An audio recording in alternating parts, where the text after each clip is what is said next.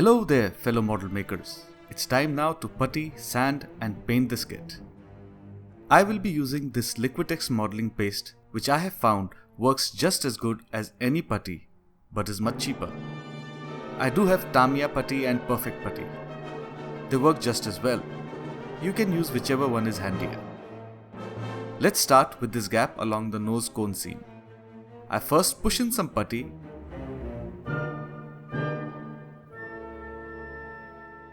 and then use a moistened Q-tip to wipe away any extra putty. I have found this technique to be very convenient, especially since you don't have to clean up any extra putty from panel lines and details.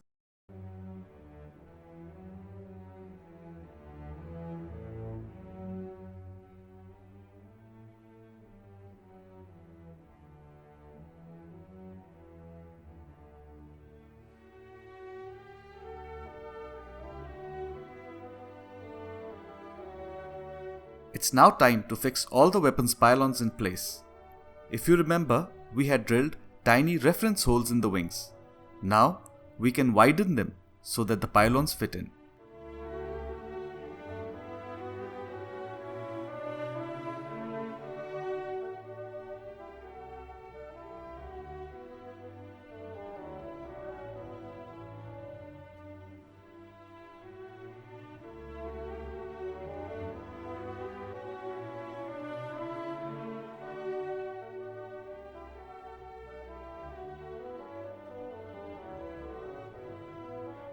I will now give the entire kit a coat of Mr. Surfacer 500.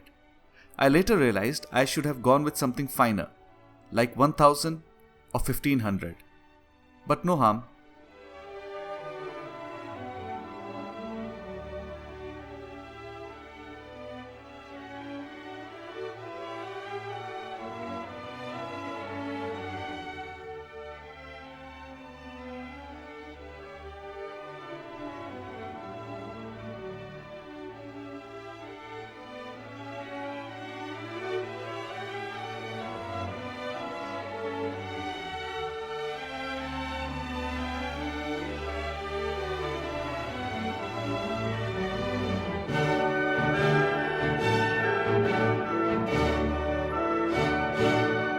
To get a smoother finish, I use a 1000 grit sanding sponge and go over the entire kit.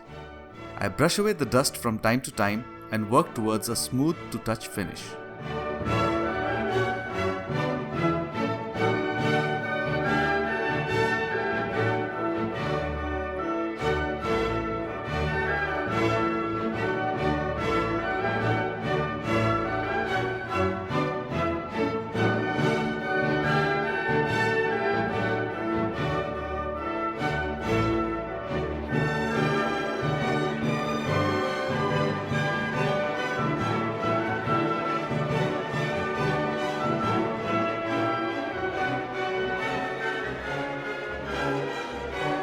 I use Tamiya flat black to do the panel lines now.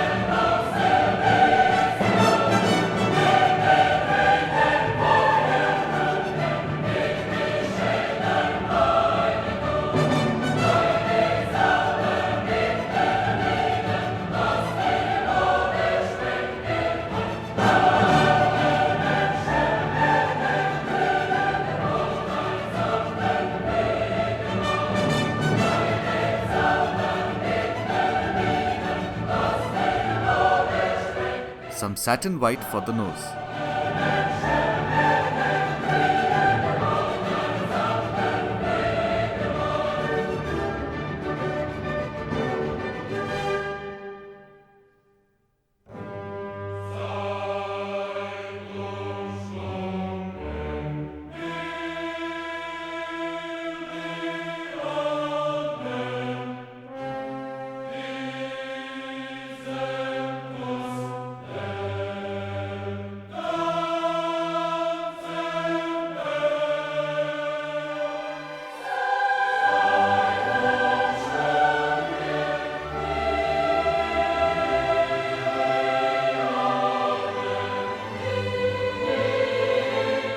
Off camera, I have painted the air brake interior yellow.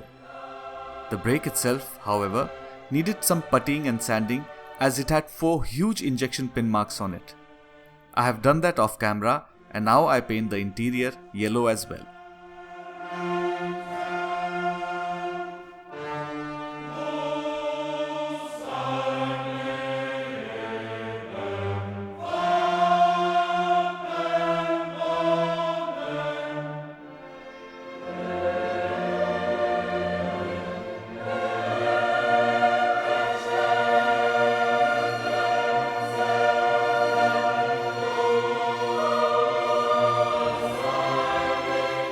On to the tricky part, mixing the paints.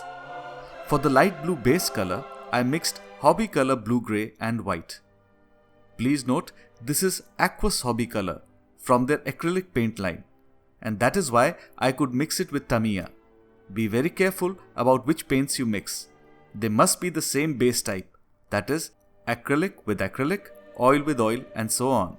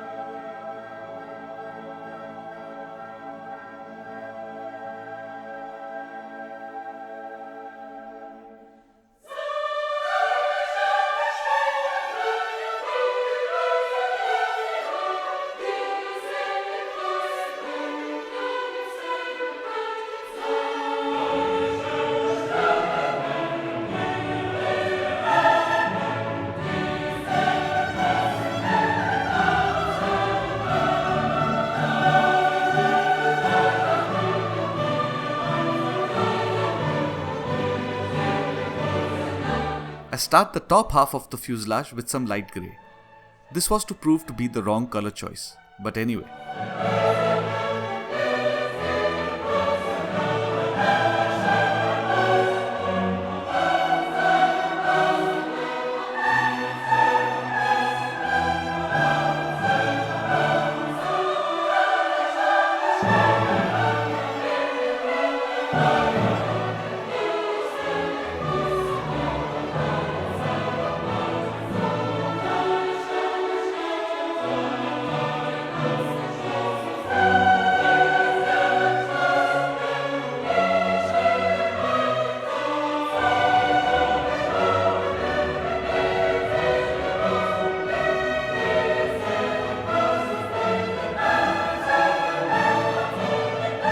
Once I had blocked out the light grey areas, I started off on the same light blue I had used on the underside.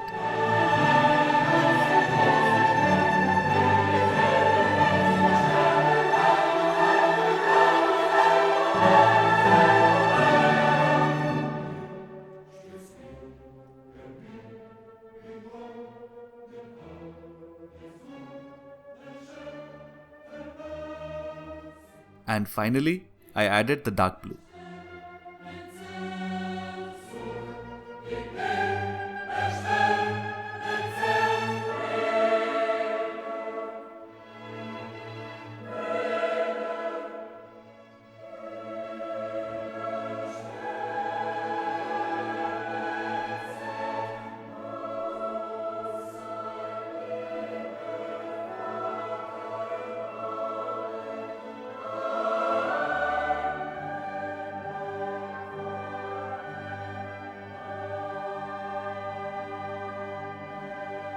Once that was done, I realized that the light grey was not looking right. So I decided to use this Vallejo pale blue grey. Because I will have to give this area an extra coat of paint, I will lose the pre-shading. But we will have to recover that later. For now, I am only concerned with getting as close to the paint scheme in the kit as possible.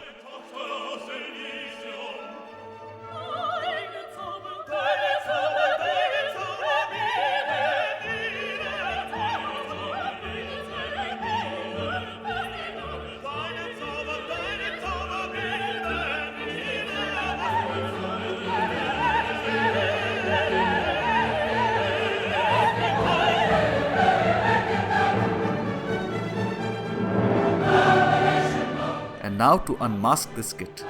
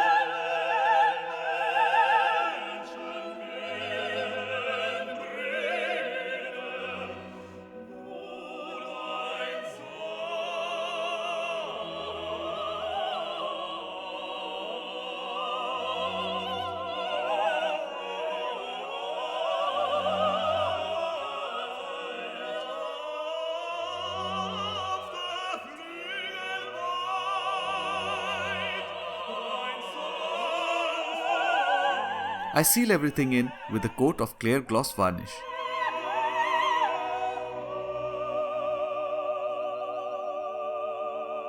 Some sections of the tail are green, so I masked these off and gave them a dark green coat.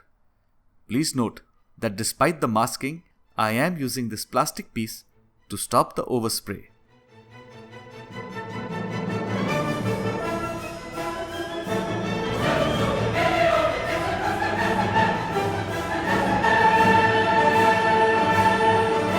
The coloring instructions indicate that some areas need to be steel, like this section near the cockpit.